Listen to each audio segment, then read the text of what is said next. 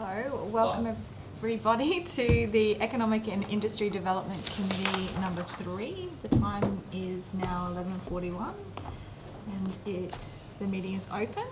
I can tell everyone is in attendance. There's no council apologies. Is there any declarations of interests on any matters in the agenda? No. We'll just move on to item 1 then of the agenda, which is the Ipswich Exceptional Experiences Tourism Development Program. Would anyone like to ask any questions from a relevant officer? I'd like to. If I could call the relevant officer, please.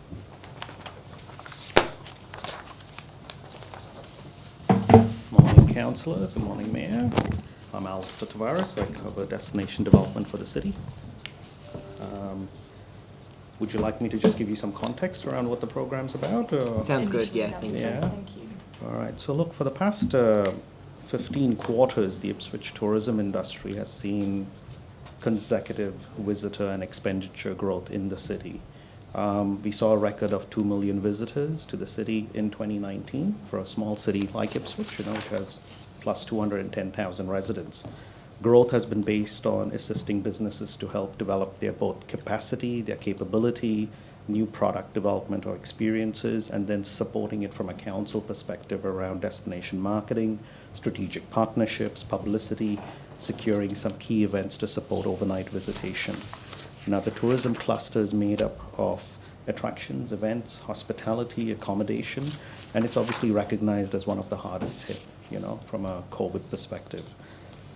Council has since COVID stepped up our business development activity, destination marketing activity, and it's fair to say that the 166 businesses that make up the Ipswich Tourism Operators Network have been resilient in the face of the pandemic, with some benefiting while others starting to just see a recovery. Now, how bad was the impact in June 2020? The latest numbers coming in say it was worth, the visitor expenditure economy was worth $238 million. That's a 22% drop. So that's a $52 million reduction, totaling up to $186 million. That has obviously a ripple effect on employment in the city. Future passenger arrival data from Brisbane Airport tells us flight arrivals are not expected to change or recover until about 2023, 2024. And the focus has to be really on the domestic and the SEQ markets going forward to support expenditure in the city, i.e. employment. So key to survival and revival is really developing the visitor experiences. Industry, as you can see from the barometer survey, tells us that investment in this sector has started to drop. Intent for investment has started to drop. And so what this program does is trying to stimulate that investment to enhance the visitor experience, to therefore support employment in the city. So this particular program is a competitive matched funding grant, allowing businesses to apply for up to $10,000. If you're a small business with less than, or if you're a business with less than 5 employees, you can apply for up to $5,000 matched funding. If it's over 5 employees, you can apply for up to $10,000. The caveat here is all the work has to be done and dusted around the project by 30th of April 2021. If you look at the guidelines, by the time we actually announce the program, go through assessment panel, and then finally select the projects, it'll be December. That gives them less than really 4 months to execute on their projects. Questions? Yeah, through the chair. It was, you raise a great point there in the quick turnaround, and that's something that I noticed in the report, that applications open on the 26th of this month and close on the 29th of November. Have you already floated the idea of the exceptional experiences with the ITON group or businesses outside of that? Correct. So at least with the ITON group, we believe it was about May, June, when we introduced the activity calendar. This is actually one of those things that came out of the city destination plan. ITON was asking for some level of investment. It came out of the, I call it community being ITON, providing us feedback that they needed to be investment in this sector. So this program's coming out of that feedback. Awesome. And it's obviously in the committee report. It's one of the attachments. Yeah. Through the chair, with regards to the types of experiences that businesses will put up, is your team helping and working closely with businesses to try and curate experiences? On what level are they leaning on your department at the moment, and do you have the time and resourcing needed to help these businesses put in really meaningful applications to get the most out of the program? Yeah, we've been at this for about 4 years now, Councillor Fetchner. The Ipswich Tourism Operators Network's grown from roughly about 20 business to 166. We actively work with them. Literally industry site visits happen once a quarter with operators, understanding where they are at, where they need to grow to, in order to benefit themselves, but also to drive employment again. So yes, I'm more than well aware of multiple projects that operators are thinking about, but they just can't pull the trigger on. Yeah. Awesome, thank you. Yeah. Any further questions? No? Thank you very much. Thank you. And so, looking at the recommendations A and B, can I get a mover? I'll move. Moving for Councillor Fletcher and a seconder, Mayor Harding. And now open for discussion. So I just wanted to say that because COVID is an exceptional circumstance, I think that this funding program is coming at a good time for one of the hardest hit sectors of our community, and it's encouraging collaboration between council and small business. So I'm fully supporting. After you, man.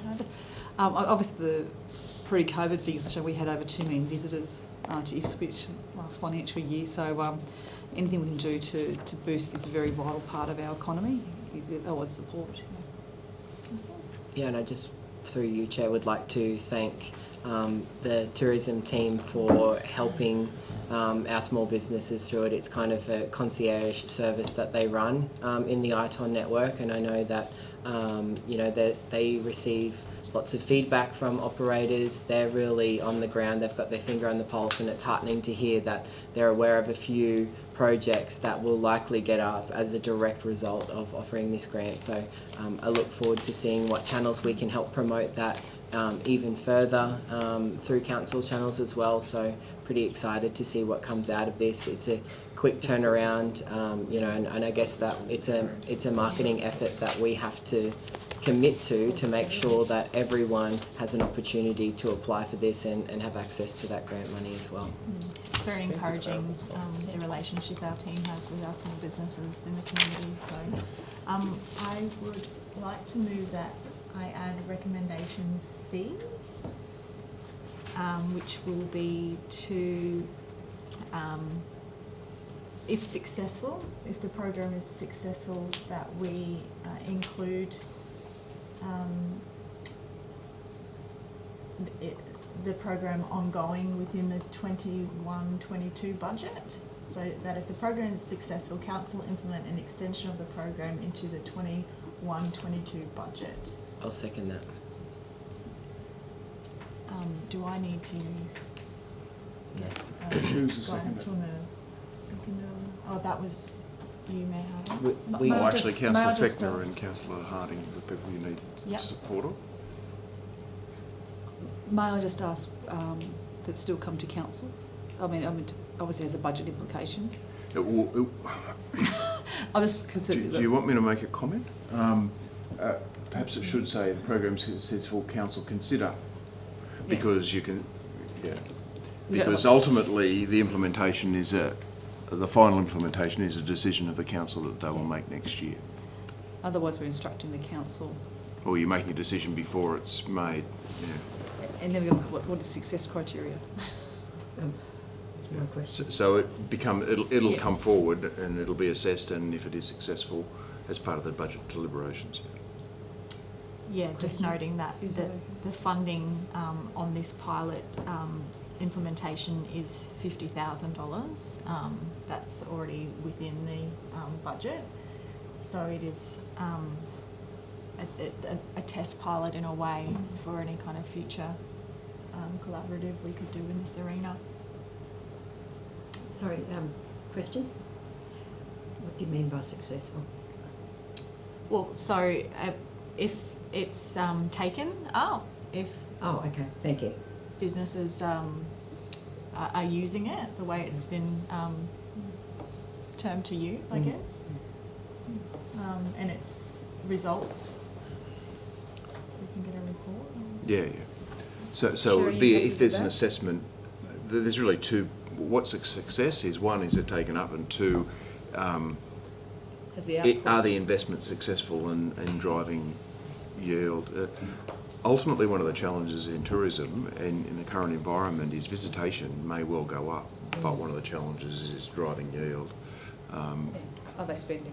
Yeah, and obviously international, certainly my experience in Far North Queensland was that your international spend was about 3 times as high per day as your domestic spend, and so one of the challenges with what will be largely a domestic tourism environment over the next 12 months or so at least is to ensure that you can get as high a possible yield as possible. And I guess looking at the barometer measurement on question 6 in the papers, the people, business owners looking to invest in their business after COVID impact basically halved. So that could be a measure of success in itself.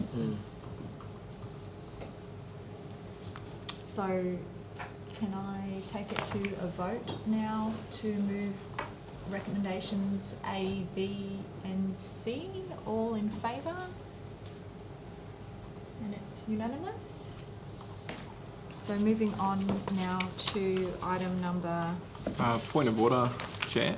yes, I had expected that this notice of motion was going to go to the CBD Redevelopment Committee later on, so I would like to declare an interest in this matter. right. It's a difficult one because it's quite surface level, and I'm not sure of the degree of commerciality, but being said, I'd still like to make one. What do you intend to do? Through the chair, may I make comment of the particular recommendation that is proposed and the potential implications and the need or need not to declare an interest? That the General Manager, Community, Cultural, Economic Development prepare an options report on the establishment of Ipswich Central Precinct Plan. So the preparation of an options report, it's my understanding that there's no declarable conflict there. And indeed, I'm not a member of that committee, but the conflict would be on the options report. Will we hand up to the CEO for his advice on this matter? Of course, it is the individual council's decision, but there's 2 ways you could manage this. Under our new legislation, you could make a disclosure, and then the balance of the committee could make a determination whether you could remain in the meeting or not. But there is significant difference, I would argue, between this particular motion and some of the finely detailed matters that are about expenditure of funds, and which would have a direct impact on people's the businesses that certain councillors have an involvement with. Indeed. So yeah, my understanding is that now that a disclosure has been made, we do need to have to go through a process. Would that Probably be correct? we need to make the disclosures. Yes. More than happy to. May I? In accordance with Section 150 EQ of the Local Government Act 2009, I, Councillor Jacob Madsen, inform the meeting that I have a declarable conflict of interest in Item 2, Notice of Motion, Ipswich Central Precinct Plan. The nature of the declarable conflict of interest is I'm a member of the executive of the Ipswich Trades Hall and Labor Day Committee, which owns a substantially sized building in the middle of the Ipswich Central Precinct. As such, if this options plan potentially has any commercial impacts on that building, I believe that I shouldn't partake in that. But given the nature of it asking for a report, I'm willing to allow my fellow councillors to decide where it sits. The conflict probably would be on making a decision about the options presented rather than getting options presented, but that's a conversation worth having in my view. So I invite the other councillors to determine if I can continue to participate in the decision process. Okay, so I'll take that decision to council now. All in favour of...